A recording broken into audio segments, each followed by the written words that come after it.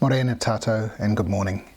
Welcome to another of our board updates, just trying to give you a bit of a sense of the discussion at a high level that's occurring at the board. And we had our board meeting up at Bay of Islands Hospital, and it was really nice to be up there again, and a beautiful day, which was just a bonus on top of everything else. So the meeting started with the Equity in Hospitals Committee meeting. This is standard that we start the meeting with a discussion about our hospitals and some of the issues going on. A standard report each time which outlines the activity, some of the risks and areas of good and not so good performance, but we also had a deep dive into some of the workforce issues and a workforce profile benchmarked against other district health boards. Must make that available to you somewhere as well, because I think it's quite useful information for staff to look at. So we were able to compare a number of areas within the workforce profile, demonstrating levels of FTE compared to other DHBs, and in most areas, in fact all areas, generally we benchmark well per 100,000 population. Of course our population is has much more complexity and in general more acuity, so that does present a challenge for our workforce, but in general we were benchmarked very well. We also benchmarked very well against sick leave and annual leave taken, which was two of the areas that the board were concerned about, so that was useful. So a good discussion on that, and then we also talked a bit more in depth about staff leave, being very aware that many of you have struggled to take leave, and in some cases haven't taken leave because of work due to COVID and general work pressure, and in some cases because some of the options overseas are not occurring at the moment. And I know that many of you are taking the opportunity to travel New Zealand, which is great, and would encourage that as much as possible because we do need you to take leave. I recognise the challenges in clinical roles around backfilling and leaving your colleagues somewhat in the lurch, so it is important to balance that, but I really do implore you to take your leave and make sure you get a rest when you can, and obviously we have our shut down usually at Christmas time, and that gives many people an opportunity, but you need other opportunities, and this has been a really tough year, so I want to acknowledge that for all of you. We went then onto the board meeting and discussed a number of things, some of them quite standard reports within the board, such as our quality and safety report, but this time it had a number of other reports within it. Clinical audit report on the clinical audit activity, which is a real strength of this district health board, many useful clinical audits and many useful learnings. The challenge is always to make sure those learnings do occur and change and improvement does occur from that. We also had some health roundtable benchmarking data, and it was useful to compare that, and we looked at some of the areas such as falls with injury.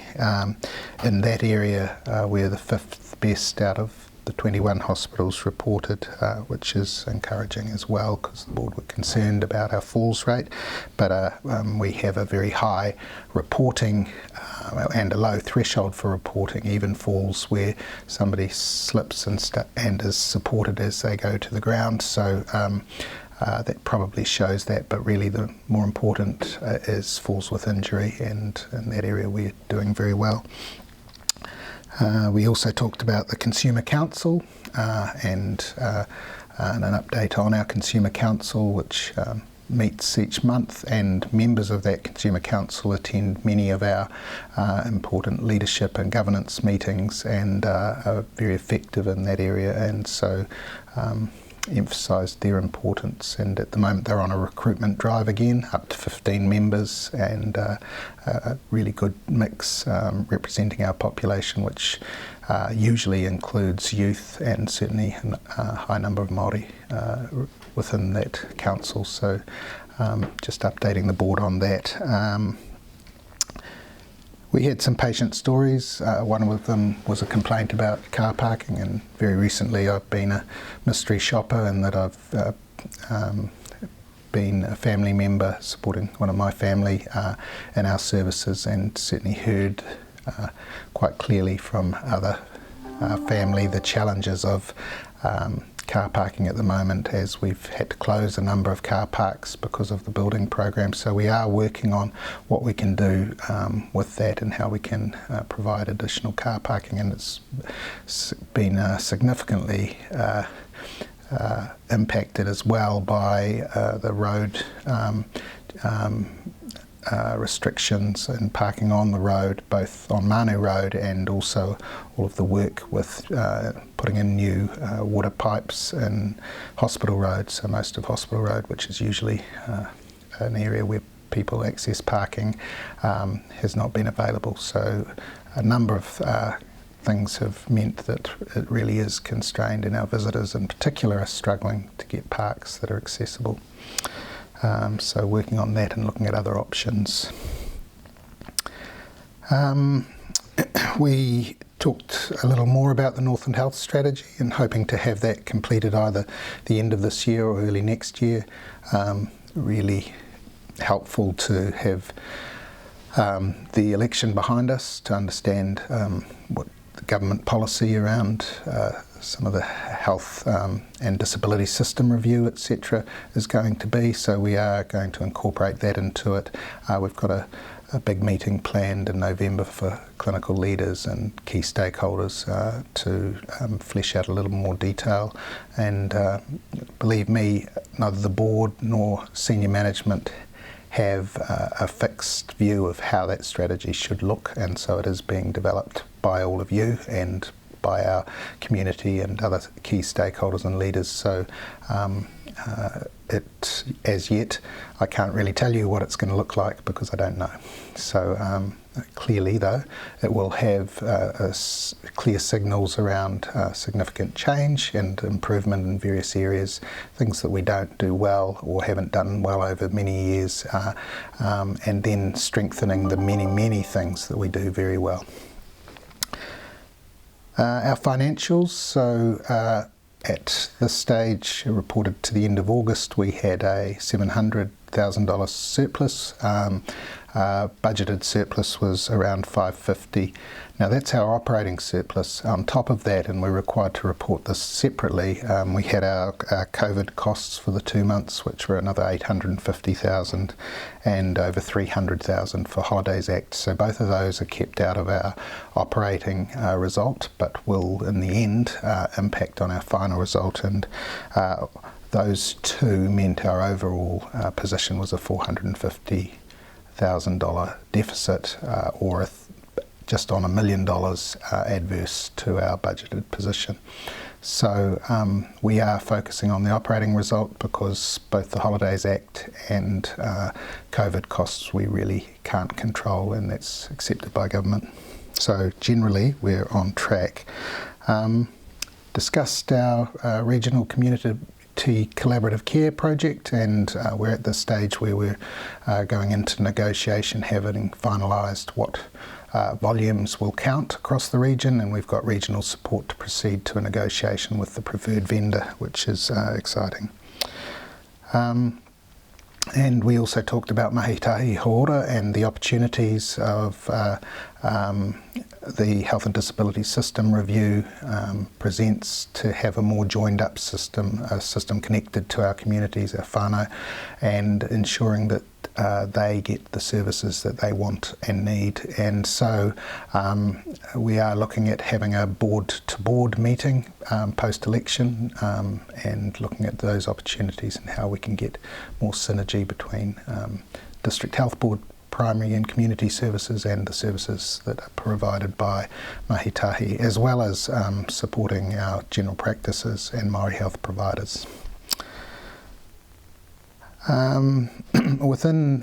So at that stage we then moved into lunch and then went for a walk around the facilities, and particularly went for a look up at the top of the property just past the community services building, where there is some spare land, and looking at potentials for housing developments and partnerships there. And so we have effectively at least 10 hectares up there which is never going to be used, and as an opportunity it's just in scrub and some grass to look at whether we can get a broader health impact from providing some housing. And so we wouldn't be doing that ourselves, but we have been approached and are looking at that in more detail, so that's pretty exciting. We also, at the end of the day, went for a walk around with a number of board members, the current facility, and of course we are planning to build onto that new facility, which is only 2 years old, which has an accident medical centre and also a ward, and we're intending to build a primary care facility, outpatients, renal services, potentially some cancer services as well within that facility. So an exciting second stage of Bay of Islands Hospital, and we're just working through the funding options for that at the moment. And then within the Public Excluded Board, I can still tell you some of the areas that we covered there, and so we did look at our blood contracts, and just out of interest we spend well over $3 million a year on blood products, and so that's the contract with New Zealand Blood Service, and so we've signed another 5-year contract regarding that, and that was approved by the board. Looking at the board being involved in the governance of our capital projects, and as you're aware, there's an awful lot of capital projects going on and planned, and obviously the very big future project around our Whangarei Hospital redevelopment, but many other projects that probably meet the threshold for board involvement. So we're just settling into a structure where the board has more oversight of those projects, and that will be incorporating the board within our existing committees, and so we've got 3 board members who are going to be added to those, so that will add some value, which is good. We talked about the significant discussion about the COVID response and the impact that's having on the region, and obviously our region has been the hardest hit, particularly Auckland, as we know, and they've done an amazing job, the Auckland Regional Public Health Service, and we've certainly supported them as much as we can, but have been phenomenal in their ability to contact trace and really shut down this latest outbreak, and it really is a tribute to them, but also the ability to test large numbers of people, stand up new testing facilities. That's had a huge cost financially, but also a toll on staff as well, and for the period of Auckland's level 3 and even into level 2, they were unable to do anywhere near as much planned care again, so that again has another impact. So big impact on them, and we are part of the region, and we're looking at how we can support them as best we can. There was further discussion on Whangarei Hospital redevelopment and us moving into the detailed business case stage and planning for that, which is exciting, and we'll hear more from hopefully from Government Cabinet post the election. So but we're going to progress because we need to keep moving with that huge project. We also talked about our security services, and there's been an independent review of those, and so we're planning various enhancements of our security services as we recognise they need to be strengthened, and it's vital that all of you feel safe as well as our patients. And finally, we looked at our submission and accessing funding for moving some of our services out of the main hospital campus, particularly some of our dental services. We will retain a presence, significant presence there, but the expansion of a dental clinic in Carmo is planned, a significant expansion with another 5 chairs, and that will enable expansion of our ophthalmology outpatient service, which at the moment is incredibly cramped and certainly not fit for purpose. So trying to progress that as urgently and quickly as possible, and we updated the board on the costs of that, etc. But it's definitely going ahead.